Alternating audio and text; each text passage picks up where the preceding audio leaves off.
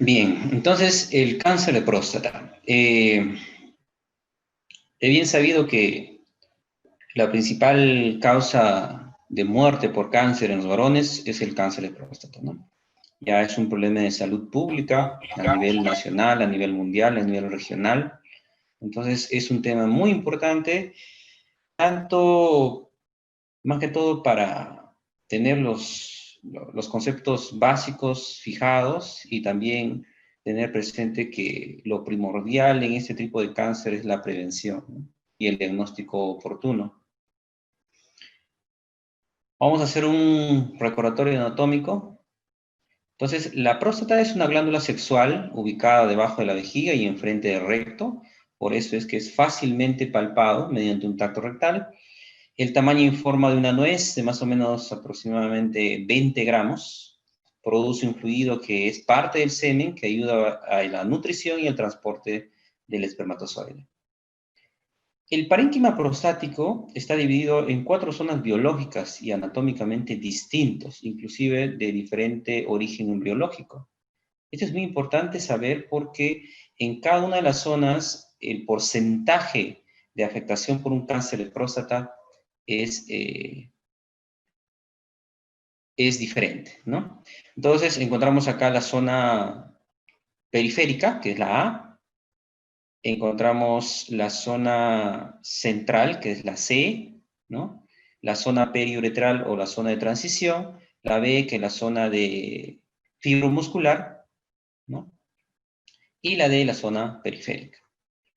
Entonces, no avanza. ¿Qué pasó? ¿Se escucha? ¿Se escucha, muchachos? Sí, doctor, sí se lo escucho. Excelente. Me avisan si es que no se escucha, me pueden interrumpir, no hay ningún problema. Entonces, la glándula prostática, como ya he mencionado, tiene diferentes zonas. En cada zona, el porcentaje de afectación por un carcinoma o adenocarcinoma de próstata es diferente, ¿no? En la zona transicional es 24%, en la zona central, más o menos a nivel es 8%, y en la zona periférica 68%. Esto es muy importante saber porque esta es una pregunta bastante frecuente en los exámenes de residentado, en los exámenes de salud preinternado, ¿no? Entonces, la zona más frecuentemente afectada por el cáncer de próstata es la zona periférica. De ahí la importancia de que los cánceres de próstata difícilmente obstruyen el paso de la orina, a diferencia de la hiperplasia de próstata, que es donde más afecta es la zona central, ¿no? La zona periuretral, que constriñe al lumen de la uretra, ¿no?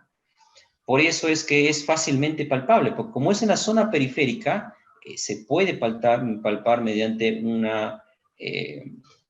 un tacto rectal, ¿no? Pero hay que recordar que un 24% también puede estar presente en la zona transicional. Es un órgano túbulo-alveolar compuesto que en un plano de sección presente unos espacios glandulares revestidos por epitelio. Tiene abundante tejido epitelial. Justamente este tejido epitelial es la que secreta el PSA, que es una glicoproteína, órgano específico, pero no cáncer específico. Ojo. El cáncer de próstata, bueno, en el CIE10 encontramos con C61, es el crecimiento anormal, desordenado de las células del epitelio glandular que tienen capacidad de diseminarse, ¿no? Entonces, la estirpe más frecuente encontrada del cáncer de próstata, histológicamente, es el adenocarcinoma, pero pueden haber otras estirpes como los sarcomas, como los linfomas. La incidencia, ¿es una patología de la vejez? Sí, es cierto. Uno de los factores de riesgo es la edad. A mayor edad, mayor incidencia de cáncer de próstata. Pero, si el cáncer de próstata puede presentarse en menores de 40 años, sí. Generalmente son más agresivos y corresponde a un sarcoma. Cuando la presentación es más precoz, la enfermedad es mucho más grave y más agresiva.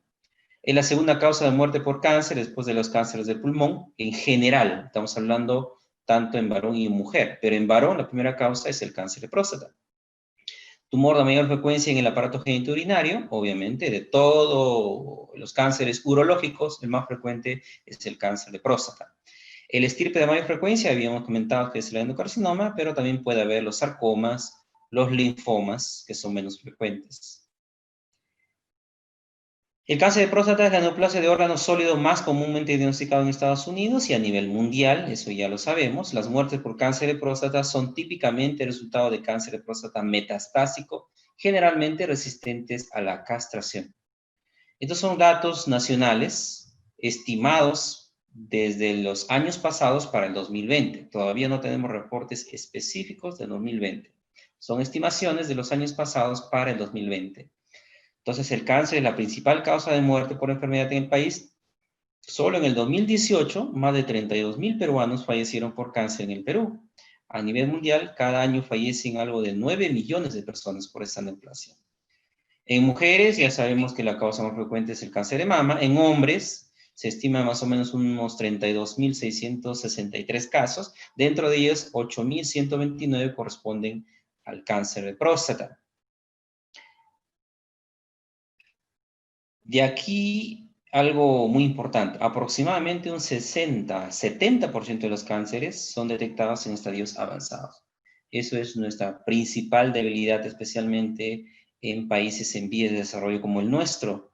En otros países ya se redujeron un tanto la mortalidad porque se están detectando casos mucho más tempranos, tratables, ¿no? Inclusive con tratamientos curativos. De ahí la importancia del tamizaje y el diagnóstico precoz y tratamiento oportuno. Tiene factores de riesgos casi común a los otros cánceres, que luego vamos a ver. Una etiología específica que es como causa primaria no existe, o al menos no tenemos reportado, no tenemos estudiado, pero sí existen factores predisponentes o factores asociados, como la predisposición genética. Los pacientes que tienen familiares directos como papá, tío, hermano, tienen mayor predisposición para hacer cáncer de próstata, inclusive en estadios tempranos, en edades más tempranas, ¿no? Factor ambiental, factor dietético, la alimentación rica en proteína, la comida chatarra, está ampliamente relacionado con el aumento de la incidencia de cáncer de próstata. El factor hormonal, obviamente, ¿no? La testosterona es una de las hormonas con su principio activo, que es la dihidrotestosterona, está íntimamente relacionado con la fisiopatología del cáncer de próstata. De ahí que seguramente ustedes han escuchado que uno de los tratamientos del cáncer de próstata es la hormonoterapia, o sea, disminuir los niveles de testosterona. Inclusive puede llegarse a la castración quirúrgica, ¿no? Factor hormonal, ya he mencionado. Agentes infecciosas, se dice sí que algunas enfermedades de transmisión sexual, la prostatitis crónica, pueden predisponer el cáncer de próstata, pero todavía no hay datos específicos. Las relaciones sexuales, hay un estudio en donde menciona que a mayor frecuencia de relaciones sexuales, menor incidencia de cáncer de próstata. Ojo, pero con una sola pareja. Si hay la predisposición de asociar las enfermedades de transmisión sexual con el cáncer de próstata, sí lo hay, ¿no? Factores de riesgo. No se conocen bien los factores que determinen el riesgo de padecer cáncer de próstata clínico. Hay 3 factores importantes estudiados. Uno es la edad, que es un factor de riesgo no modificable. A partir de los 50 años para adelante, aumenta la posibilidad de tener cáncer de próstata. De ahí que el tamizaje, en algunas sociedades, la sociedad americana, hace hincapié que a partir de los 50 años deberían hacer el tamizaje hasta los 70 años. Otras sociedades no, otros lo adelantan a partir de los 45 años, ¿no? Claro, si hay factores de riesgo, estos se adelantan más todavía a partir de los 40 años, ¿no?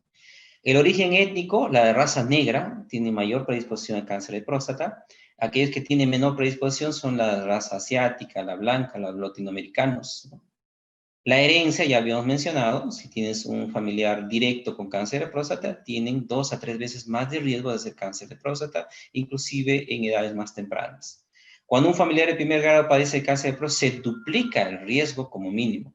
Cuando 2 o más familiares de primer grado se encuentran afectados, el riesgo aumenta 5 a 11 veces, imagínense. O sea, si yo tengo a mi papá con mi hermano y hermano con cáncer de próstata, tengo hasta 5 veces más de riesgo de padecer cáncer de próstata. Por eso es que en estos pacientes el tamizaje debe ser más precoz, a partir de los 40 años. Una pequeña subpoblación de pacientes con cáncer de próstata, aproximadamente el 9%, presenta un auténtico cáncer de próstata hereditario, ¿no? O sea, ya con genes que predisponen, así como el BRCA2, como se ha visto en el cáncer de mama, también está relacionado con el cáncer de próstata.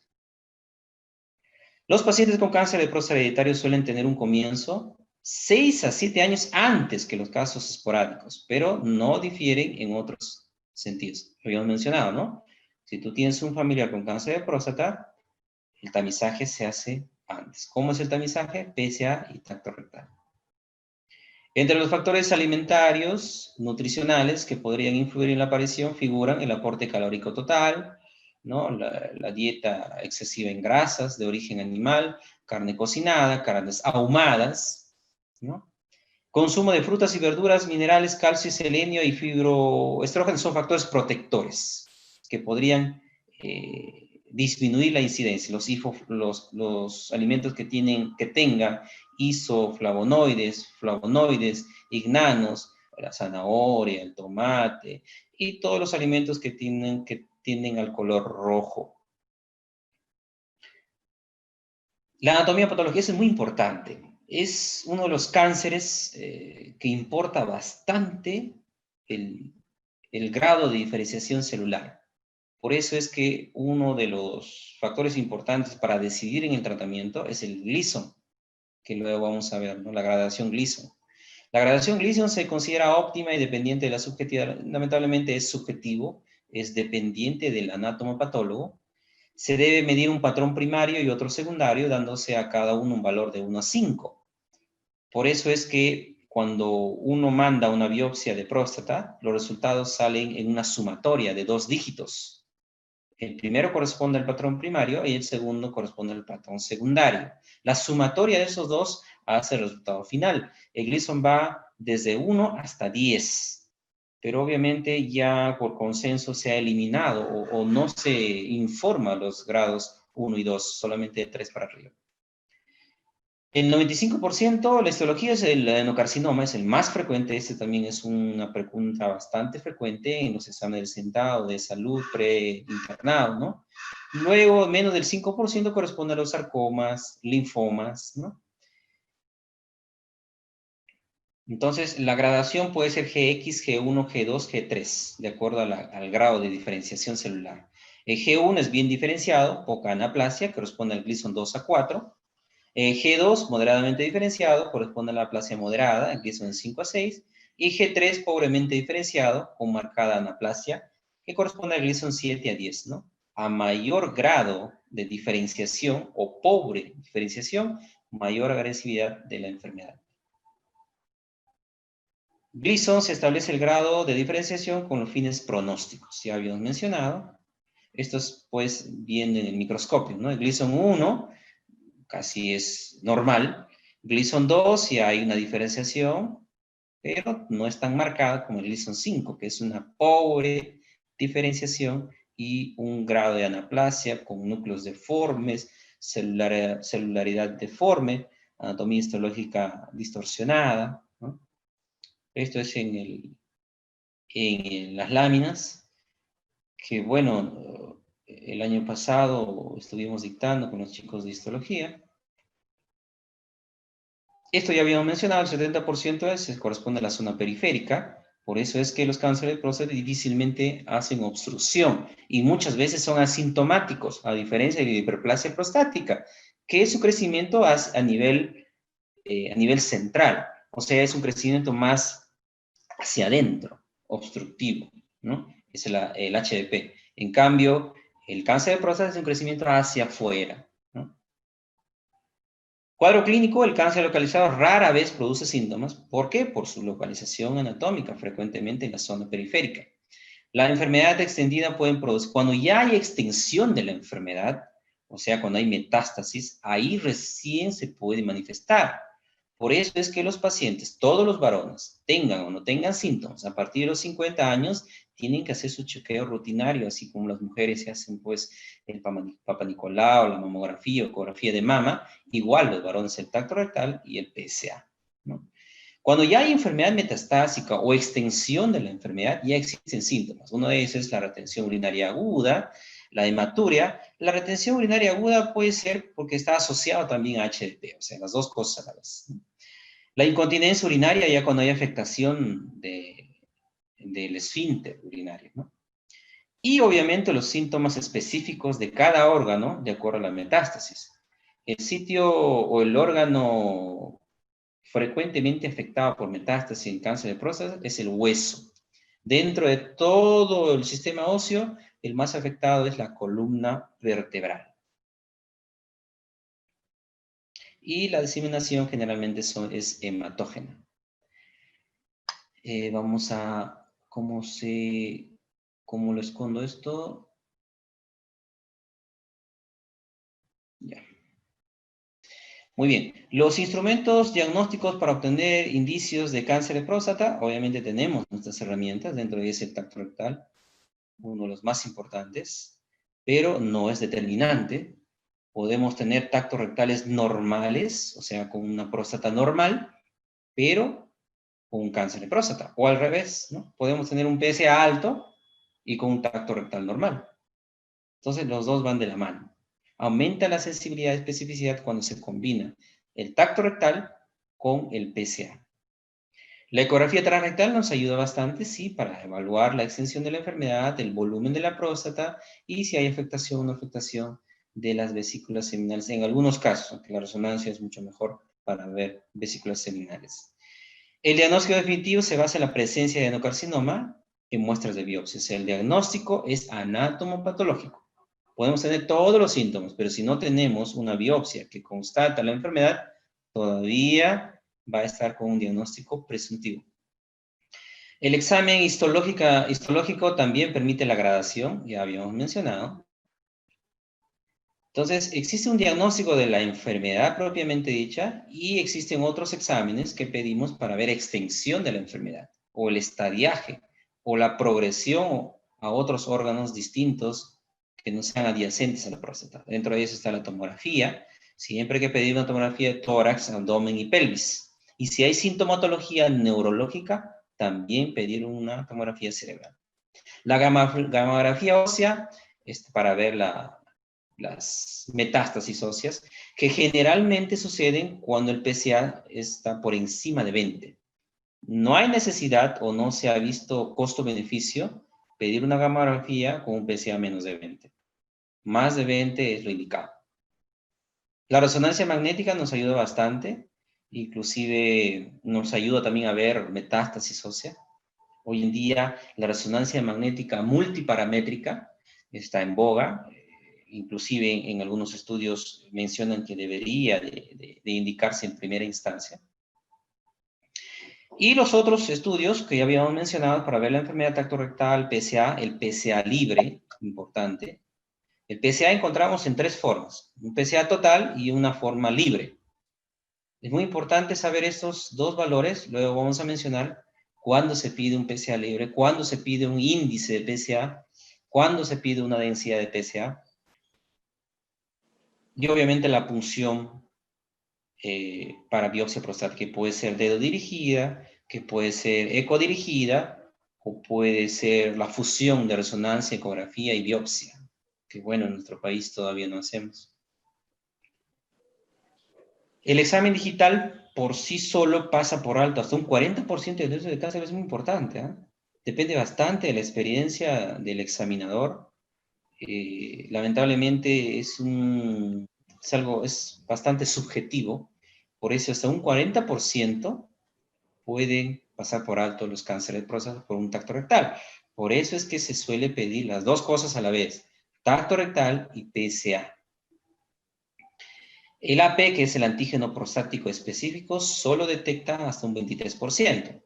¿Podemos tener cáncer de próstata con PSA normal? Sí, hasta un 0.5, 1% de cáncer de próstata pueden tener PSA normal o nulo. Ojo, que quien sube el PSA es el adenocarcinoma. los linfomas y los sarcomas generalmente no suben el PSA. La combinación de ambos procedimientos detecta un 78%. Aumenta su sensibilidad y especificidad cuando hacemos las dos cosas. Es el tacto rectal. ¿Qué hacemos? ¿Qué evaluamos en el tacto rectal? Evaluamos la consistencia, evaluamos la forma, evaluamos la superficie, evaluamos el tamaño, la sensibilidad, la temperatura, evaluamos si existe o no nódulos. Cuando nosotros palpamos próstata, en nuestra historia clínica no deberíamos de poner grado 1, 2, 3 y 4. Por la gradación del grado, el tamaño de próstata se hace por ecografía, mediante el volumen. Pero por tacto rectal podemos decir si es grande o si es pequeño, nada más. Ahora, nosotros los urólogos tratamos de aproximarnos a la gradación ecográfica y por ahí que algunas veces ponemos en la historia de clínicas a qué grado se aproxima, ¿no? De acuerdo al volumen. Eso va a depender, pues, de cómo es el tamaño del dedo del examinador, cómo lo está midiendo, cuáles son sus parámetros, ¿no? El tacto rectal es no doloroso, ¿no? Es bien, que los varones han estigmatizado, ¿no? A esta prueba como algo que le va a quitar lo varonil, ¿no? Algo que va a afectar su sensibilidad como varón. Pero esto es un mito que debemos de sacar, ¿no? Es barato a comparación de los exámenes, demora menos de un minuto, es insustituible, o sea, no se puede, hasta el momento no hay otro examen mejor que el PSA. Y se debe hacer de acuerdo a las guías, ¿no? Mayor de 50 años en aquellos que no tienen factor de riesgo y mayor de 40, a partir de los 40 años, aquellos que tienen factor de riesgos. Ojo, que hay ciertas condiciones que pueden elevar falsamente el PSA, y uno de ellos es el tacto rectal. Hay algunos urólogos, colegas, no hacen tacto rectal hasta tener el PSA primero.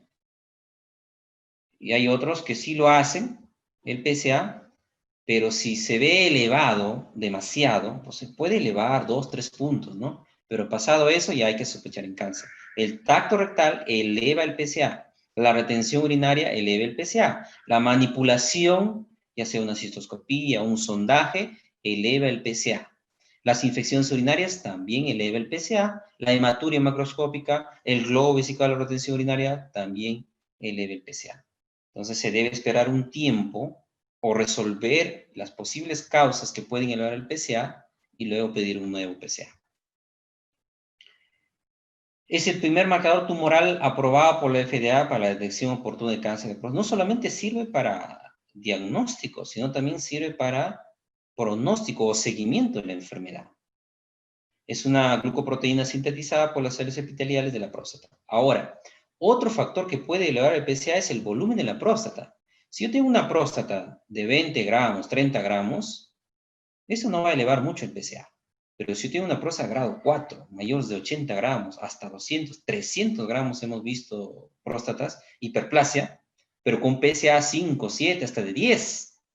Entonces, a mayor volumen de la próstata, obviamente voy a tener mayor cantidad de células epiteliales. ¿Y quién sintetiza el PSA? Las células epiteliales. Para fines prácticos, eso es un órgano, órgano específico, pero no cáncer específico. A nivel del antígeno, el nivel del antígeno como una variante independiente es el mejor predictor de cáncer. Valor normal es de 0 a 4 nanogramos por mililitro. Ya había mencionado que se debe evaluar condiciones que pueden elevar falsamente el PSA. La edad en sí también aumenta. Mayores de 60, 75 años, se puede considerar un PSA hasta de 6.5. O sea, esto hay que tomarlo con pinzas, no es pues a rajatabla. Hay que tomarlo de acuerdo al contexto clínico, ¿no? Si yo tengo un paciente con un tacto rectal sospechoso de cáncer de próstata, o sea, está indurado, bordes irregulares, está pétreo, no es móvil, y tengo un PSA de 2, 3, no me voy a decir, no es cáncer, no. Hay la posibilidad. El diagnóstico clínico prevalece, es más importante que los exámenes auxiliares. Paciente que tiene un tacto rectal sospechoso de cáncer de próstata y con un PSA normal, estás obligado hacer biopsia de próstata. ¿El PSA es órgano específico? Sí, pero no es cáncer específico. El 70% de los cánceres se detectan empleando un punto de corte, que es el PSA mayor de 4. Menor de 4 es lo normal. De 4 a 10 hay una sospecha de cáncer de próstata, es lo que decimos el área gris. De 4 a 10 nosotros pedimos otro PSA, que es el PSA index, que es la relación del PSA libre sobre PSA total. Si esto es menos del 20%, estás obligado a hacer una biopsia de próstata. Cuando el PSA total se encuentra entre 4 y 10, la elevación puede ser por patología benigna o patología maligna. Por lo que en estos rangos del PSA se emplean diferentes variantes para sospechar la posibilidad de cáncer de próstata. Dentro de ellos encontramos la relación del PSA libre sobre el total. Si esto es menos del 20%, en el contexto de encontrar un PSA de 4 a 10.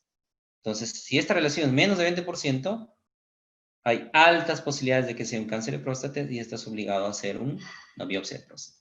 La velocidad de aumento.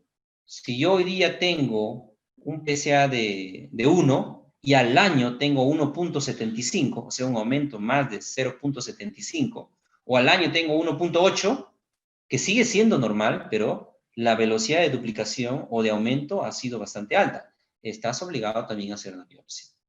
La densidad de PSA mayor de 15%, también estás obligado a hacer. Eso se hace más que todo con ecografía. Acá lo que les decía, el porcentaje. Los pacientes que tienen un PSA de 0, ¿pueden tener cáncer? Sí. Hasta un menos del 1% pueden tener cáncer. 2.1 a 4, hasta un 15%. 4.1 a 10, 25%. Más de 10 es más del 50% de los cánceres de próstata están por encima de 10 del PSA. Ahora, este es el PSA libre. El PSA libre 0 a 10 tiene 56%. El PSA libre index, o sea, estamos viendo la relación que existe entre el PSA libre sobre el PSA total.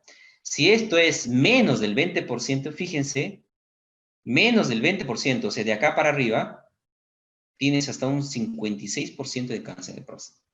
Y si es más del 20%, el porcentaje disminuye, va a depender bastante del contexto clínico.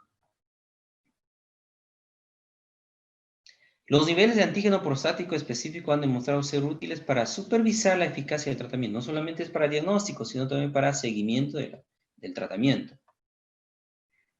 60% de los nódulos en una ecografía son hipoecogénicos. Esta es otra pregunta frecuente de examen de recientado o examen de reinternado. A diferencia de otros, cuando nosotros encontramos una imagen hiperecogénica, ¿no? Con calcificaciones, nos podría hacer sospechar de cáncer, pero no, en el cáncer de próstata, los nódulos son generalmente hipoecogénicos, o sea, negros. ¿Cuáles son las indicaciones de biopsia de próstata para confirmar el diagnóstico? Paciente con sospecha clínica, o sea, tacto rectal positivo, aún así tengas PSA normal. Y si yo tengo un tacto sospechoso más un PSA elevado, obviamente estás, un PSA de más de 10, por ejemplo, estás obligado a hacer biopsia de próstata. Si estás entre 4 a 10 y tu tacto está normal, aún así esté normal, pero tu PSA está entre 4 a 10 y has tratado todas las posibles causas de elevación falsa del PSA, como habíamos mencionado, las infecciones urinarias, el volumen prostático, el tacto rectal, la cistoscopía, el cateterismo, retención urinaria, hematuria, si todo eso has evaluado, has tratado y has pedido un PSA y persiste el PSA de 4 a 10 y tu tacto es normal, pides el PSA libre. Si tu PSA libre es PSA index, perdón. Si tu PSA index es menos del 20%, estás obligado a hacer una biopsia. Y si tu duplicación al año o el aumento del año es más de 0.75, estás obligado a hacer PSA. O el tiempo de duplicación es menos a 3 meses. Si yo le pedí, por ejemplo, ahora sale 1 y a los 3 meses sale 1.5, o sea, se ha duplicado en menos de 3 meses, también tienes la obligación de hacer PSA en el contexto de un tacto rectal normal. Pero si yo ya tengo un tacto rectal anormal, ya no tengo ni por qué pedir PSA. Porque si el tacto es bien sospechoso, prima la evaluación clínica y tengo que hacer la biopsia. Obviamente, si tu PSA es más de 10, sea tacto positivo o negativo, tienes que hacerle su biopsia.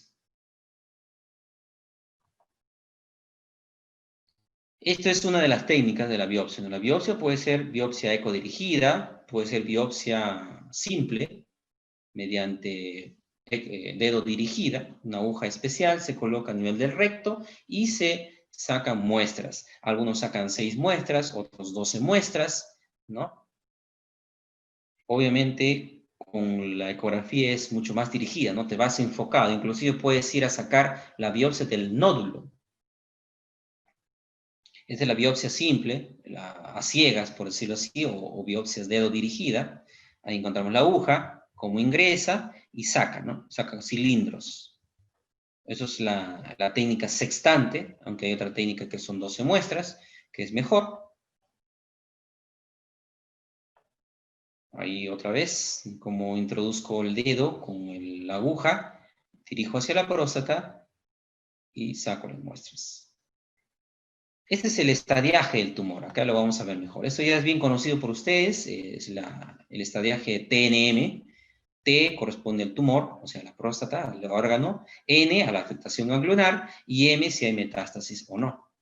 Este es el estadiaje del cáncer de próstata. T1 se define como tumor inaparente, clínicamente, no palpable, no visible, que lo han diagnosticado, por ejemplo, por un tacto rectal normal. Entonces le han operado de una hiperplasia y en la hiperplasia salió que menos del 5% del tejido está comprometido por cáncer. Eso es T1, T1A. T1B es aquel que está comprometido más del 5% del tejido resecado. Y T1C es aquel que tenía un tacto normal, pero su PSA estaba elevado, entonces por PSA le hice una biopsia, es T1C. O sea, T1 es un tumor no palpable, o sea, un tacto rectal normal. T2 es cuando el tumor ya lo palpas, pero está confinado a la próstata. Ahí encontramos T2A, T2B y T2C. T2A es menos del 50% de un lóbulo. En la próstata tiene 2 lóbulos, ¿no? Tiene 2 lóbulos con una fisura medial y un ápex.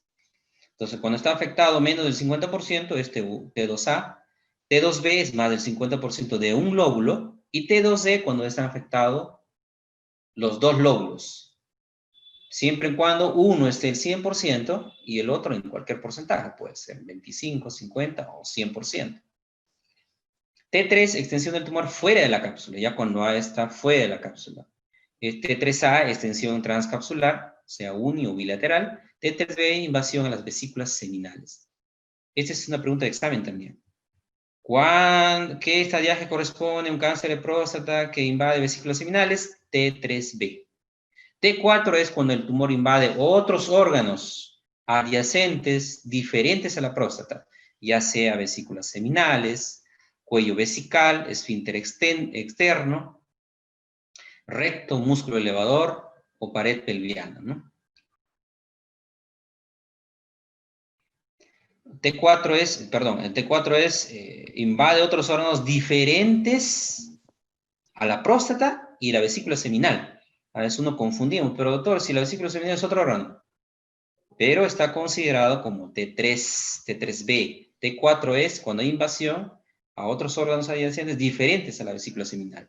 Y N1 es cuando hay metástasis ganglionares, que pueden ser regionales o pueden ser diseminadas. Y M es cuando hay la metástasis, ¿no? M1A, ganglios linfáticos, M1B, hueso, M1C, otras localizaciones. Es un algoritmo en el cual nosotros vamos a ver cómo nosotros manejamos el PSA. Y tenemos un tacto rectal patológico, pido PSA en algunos casos para corroborar cualquier valor del PSA con un tacto rectal patológico, estoy obligado a hacer una biopsia. Puede salir negativo, puede salir positivo, pero sí estás obligado. Es una indicación. Tacto rectal positivo, a cualquier valor de PSA estás obligado a hacer una biopsia. Ahora, si el tacto rectal es negativo, o sea, está normal, yo evalúo el PSA ajustado a la edad y a la velocidad. Porque si yo tengo un tacto rectal normal en un paciente de 65 años, por ejemplo, y un PSA de 6.5, es normal. No tengo por qué hacer biopsia, ¿no? Entonces, si yo ajusto a eso y tengo un tacto rectal normal, le pido PSA. Si este PSA está más de 10 con un tacto rectal normal, hago biopsia. Pero si este PSA está entre 4 a 10 con un tacto normal, pido el índice. Si este índice está menos del... Acá es 20%, ¿ya? Por consenso se ha considerado 20%. Si es menos de 20%, estoy obligado a hacer una biopsia de próstata. Si yo tengo un PSA de menos de 4, con un PSA normal, digo, con un tacto normal, no tengo por qué hacerle otras cosas. Un control anual de PSA nada más. Si yo tengo un PSA de 4 a 10, un tacto normal y un índice mayor del 20%, controles cada 6 meses es lo indicado. Estas son una tomografía con contraste, obviamente, hay que pedir para evaluación del estadiaje. Entonces, con invasión ganglionar, miren, todos los nódulos que hay aquí son ganglios pélvicos positivos. Acá está una gran masa pélvica, gran masa ganglionar. Decisión terapéutica, hay que decidir de acuerdo a la edad del paciente. Si yo tengo un cáncer de próstata en un paciente minusválido, con una esperanza de vida menos de 10 años o menos de 5 años, postrado, no tengo por qué indicarle otros tratamientos invasivos. No hay costo-beneficio. Y si yo tengo un cáncer de próstata que incidentalmente lo he diagnosticado de un paciente de 65, 70 años, asintomático, 70 años, el cáncer de próstata la matará en 10, 15 años. Y no hay por qué hacer otra cosa más. Hay que ver la enfermedad asociada, la expectativa de vida, el tamaño y morfología de la próstata, el deseo del paciente. Hay pacientes que desean ser operados y hay pacientes que no quieren ser operados. ¿Por qué? Porque la cirugía de próstata tiene algunas complicaciones. Uno de ellos es, pues, la inhibición de la libido, la eyaculación, digo, la disfunción eréctil. Otro es la incontinencia urinaria, que son efectos secundarios de la cirugía que muchas veces no son prevenibles. Y estadio de la enfermedad, ¿no? Un T4 ya no se puede ofrecer cirugía, más que hormonoterapia, radioterapia o braquiterapia. Esto es la clasificación de los cánceres. Yo el cáncer de próstata lo puedo casi considerar en un cáncer de bajo riesgo, de riesgo intermedio, de alto riesgo y de muy alto riesgo. ¿Alto riesgo de qué? Riesgo de progresión, riesgo de que ese tumor le va a matar. Importa bastante el estadiaje que habíamos mencionado. El Gleason. Un Gleason de 6 es de bajo riesgo. En algunos casos no se opera. Solamente se hace vigilancia activa. Y aquellos pacientes que tienen menos de 10, ¿no? Mira cómo importa bastante la gradación Gleason y el PSA. De bajo riesgo es considerado de menos de 6 y un PSA menos de 10. Riesgo intermedio es considerado un Gleason de 7 y un PSA de 10 a 20. Y el de alto riesgo es considerado de 8 a 10 o más de 10, de 10 el máximo, perdón, de 8 a 10 y un PSA más de 20. Y de muy alto cuando no hay evidencia de ganglios afectados ni metástasis. Esta es la nueva clasificación de la Sociedad Internacional de Patología Urológica, o uropatólogos, que es una subespecialidad de anatomía patológica. Entonces, lo agrupa en 5 grupos. El grupo 1 es aquel que tiene Gleason de 2 a 6. El grupo 2 es aquel que tiene de Gleason de 3 más 4. Habíamos mencionado que el Gleason nos va a llegar en una sumatoria de 2 dígitos. Y el Gleason 3 es de 4 más 3. Es diferente, ¿eh? 3 más 4 no es igual de 4 más 3. 4 más 3 es un tanto más agresivo. Y el grupo 4 es aquel que se encuentra en cualquiera de estas 3 combinaciones que den una sumatoria de 8. Y el grupo 5 es aquel que supera el Gleason más de 9, ¿no? Cada uno es importante porque nos ayuda a ver el tratamiento que se le da al paciente. Las modalidades de tratamiento, el tratamiento diferido o vigilancia activa en algunos casos. La prostatectomía radical tiene sus indicaciones, generalmente en cáncer localmente avanzado o localizado. Y los otros métodos que son la radioterapia, la braquiterapia, la crioterapia, el tratamiento hormonal, que muchas veces se da en cáncer mucho más avanzados, metastásicos, o aquellos que son T4, o aquellos pacientes que no desean la cirugía radical. La terapia radiante, la radioterapia externa en 3D, la radioterapia externa conformada, la braquiterapia intersticial, quirúrgico, que es la prostatectomía radical más linfadenectomía, en algunos casos. En algunos casos no se indica la linfadenectomía. Cuando son de bajo riesgo, generalmente no está indicada la linfadenectomía. Y la terapia hormonal, que su objetivo es disminuir los niveles de testosterona. Esta es la vigilancia activa. Se define como una estrategia de tratamiento, incluye una política activa de posponer el tratamiento hasta que éste sea preciso en hombres con cáncer de próstata de bajo riesgo de progresión de la enfermedad. Son algunos, tienen algunas indicaciones precisas, generalmente aquellos que no quieren cirugía, en pacientes que no desean la cirugía, en de bajo riesgo, en esos pacientes, ¿no?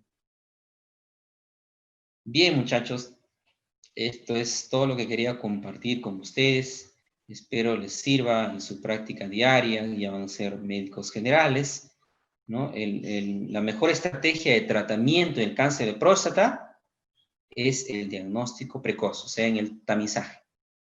Hay que hacer tacto rectal, adiestrar, hay que educar a nuestro dedo. No tengan miedo porque no todos los urólogos tenemos el dedo tan grande como este señor. ¿Ok? Muchas gracias, doctor. No sé si podría responder algunas preguntas que tal vez los chicos tengan. Ya, claro. A ver, chicos, si alguien tiene alguna duda, puede escribirla o puede prender su micro, no Duda. hay ningún problema.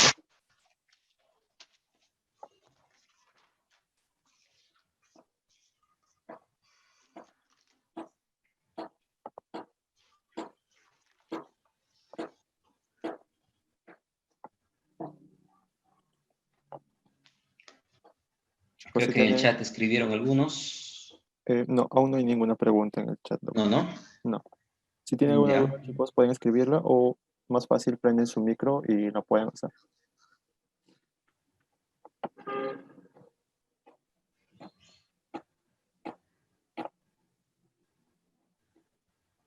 Dice, aparte de tratamiento paliativo en cáncer, ¿también se recomienda usar un tratamiento quirúrgico? En algunos casos sí, es secuencial.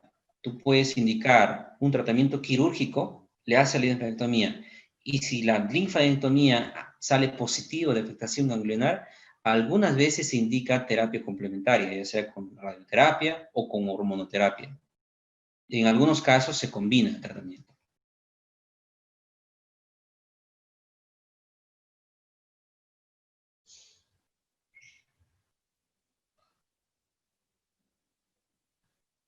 Excelente. ¿Alguien más? A ver, hay otra pregunta.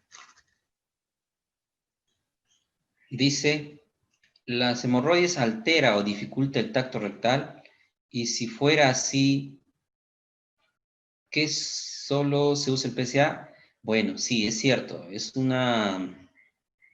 No es una contraindicación absoluta hacer tacto rectal en las hemorroides, ¿no? Si es que es posible hacerlo, se hace, pero hay hemorroides inclusive ni bien lo tocas y sangran. Entonces, en esos casos tal vez se podría pedir el PSA, ¿no?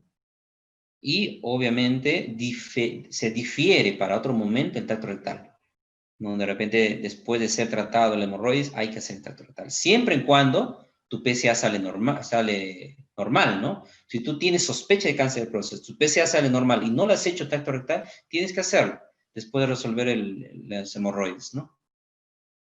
Pero sí, en algunos casos hay algunos urólogos que solamente piden el PSA, pero como había mencionado, hay cánceres que tienen PSA normal y eso no excluye la posibilidad de tener ese diagnóstico, ¿no? Dice, ¿por qué el cáncer de próstata se ve hipoecogénico? Los nódulos, la proliferación celular en estadios tempranos, o sea, si nosotros detectamos un nódulo, es porque está en estadio temprano, ¿no? No está diseminado. Entonces, generalmente las células epiteliales que se desordenan tienen buena organización al inicio de la enfermedad, especialmente en los adenocarcinomas. Como son glándulas, son proliferación glandular, entonces en su interior puede haber contenido glandular. Por eso es que se ve hipoecogénico. Dice, doctor, buen día, excelente ponencia. Mi pregunta es, en casos de prostatectomía, ¿son frecuentes las complicaciones y cuál serían? Hay múltiples complicaciones. La complicación en toda cirugía, sabemos, ¿no?, que es el preoperatorios, intraoperatorios y posoperatorios. En el intraoperatorio, el sangrado, ¿no?, que es una posibilidad. A veces nosotros, donde operamos el cáncer de próstata es en el espacio de Repsius, es retropúbico.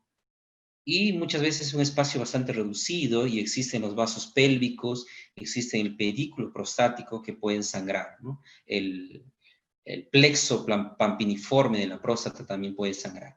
Es una complicación intraoperatoria. Posoperatorias, las infecciones de herida operatoria, sepsis, ¿no?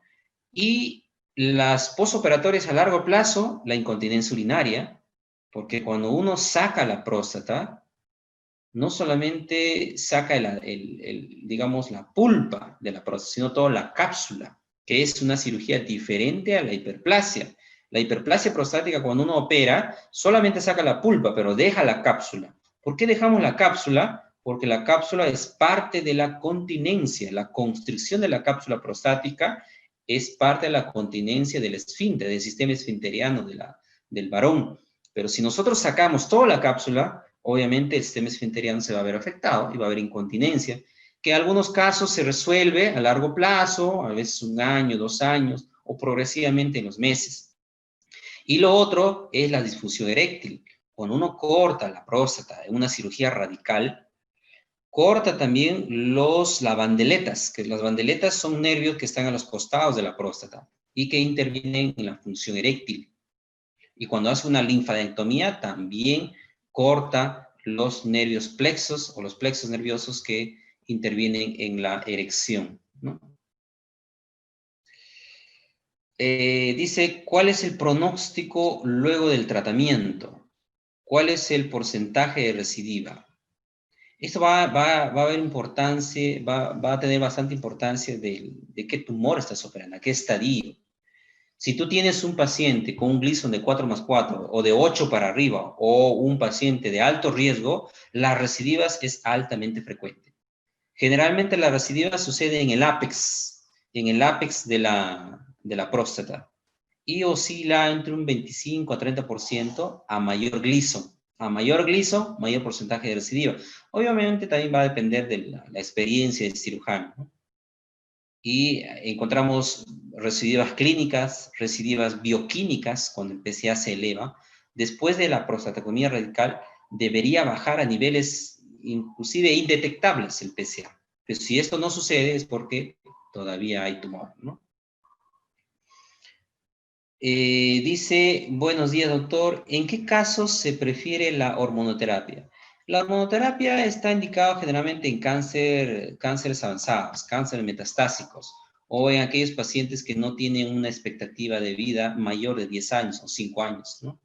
Pacientes que pueden ser jóvenes, pero tienen enfermedad neurológica, son postrados, son dependientes a una enfermedad cognitiva degenerativa. Entonces, o aquellos pacientes que no desean la cirugía, también se indica la hormonoterapia, que básicamente el objetivo es disminuir los niveles de testosterona. Encontramos 2 tipos de castración: la castración química, que es mediante fármacos, y la castración quirúrgica, que es la extirpación de los testículos, ¿no?, que se indica mayormente en cánceres metastásicos, cánceres avanzados.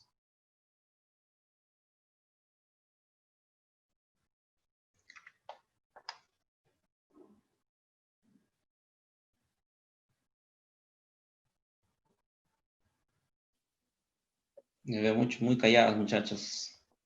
Hay que ser más interactivos. Y está bien sus preguntas, muy buenos. Y me da mucho gusto que estén haciendo estos tipos de reuniones. Ahora que tal vez las clases presenciales de muchos cursos, ¿qué año están ustedes? ¿O la mayoría son de diferentes años? Sí, doctor, estamos de diferentes ¿no? años, incluso de otras asociaciones del país. Y también hay chicos, creo, de otros países aquí presentes. Ah, excelente, muy bien. Entonces, es una bonita oportunidad para poder hacer, continuar con estas reuniones, ¿no?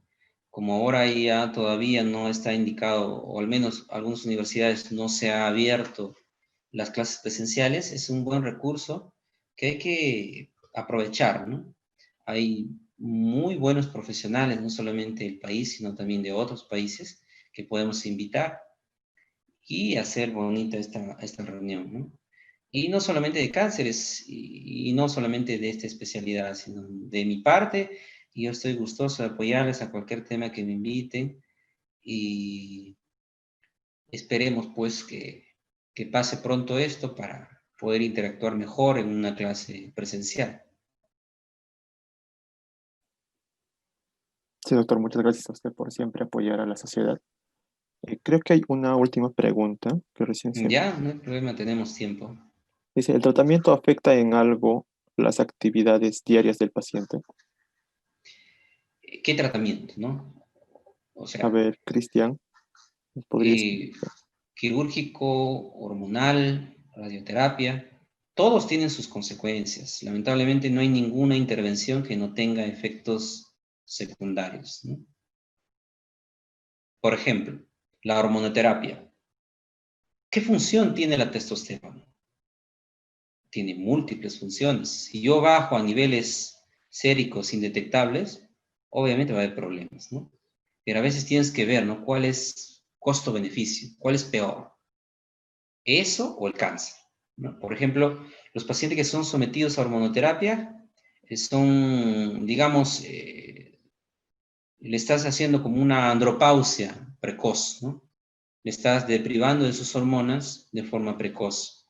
Por lo tanto, va a haber problemas de conducta, va a haber anemia, porque la testosterona influye bastante en la hematopoiesis, va a haber osteoporosis, que influye también bastante en la osteogénesis. Eh, Va a haber disminución de masa muscular, la testosterona interviene en la masa muscular, va a haber disminución de la libido, ¿no? Y al igual que la castración quirúrgica, ¿no? Dice otra pregunta, Lourdes, doctor, buen día, ¿en qué casos se realiza la linfadenectomía radical o en qué casos no es necesario? La linfadenectomía pélvica existe en múltiples formas, la extendida, la estándar, la super extendida, depende bastante del grado de gliso. Generalmente las linfadenectomías son indicadas en aquellos pacientes que tengan gliso más de 8, aquellos pacientes que son de alto o de muy alto riesgo, ¿no? Porque la nefrectomía no es fácil de hacerla, es complicada. Pero aquellos pacientes que tienen gliso menos de 8 y aquellos pacientes que tienen un cáncer localizado o son de bajo riesgo, generalmente no se indica.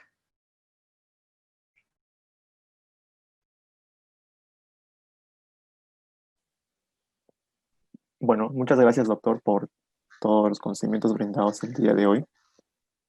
Eh, por parte de la sociedad, queríamos hacerle entrega de un reconocimiento, no sé si lo pueden ver en pantalla, Creo que recién se está abriendo. Ah, gracias. por su apoyo siempre incondicional a la sociedad. Muchas gracias, doctor. Gracias a ustedes, gracias a la Sociedad Científica de Estudiantes de Medicina de Huánuco, la SOCIEM Huánuco, y a todos muchachos, yo estoy abierto, me siento acá en mi escritorio y en cualquier momento podemos hacer cualquier clase que ustedes deseen sobre la especialidad de urología, ¿no? Muchas gracias, doctor. Ok. Gracias, que les vaya muy bien, que tengan un buen día. Igualmente, doctor.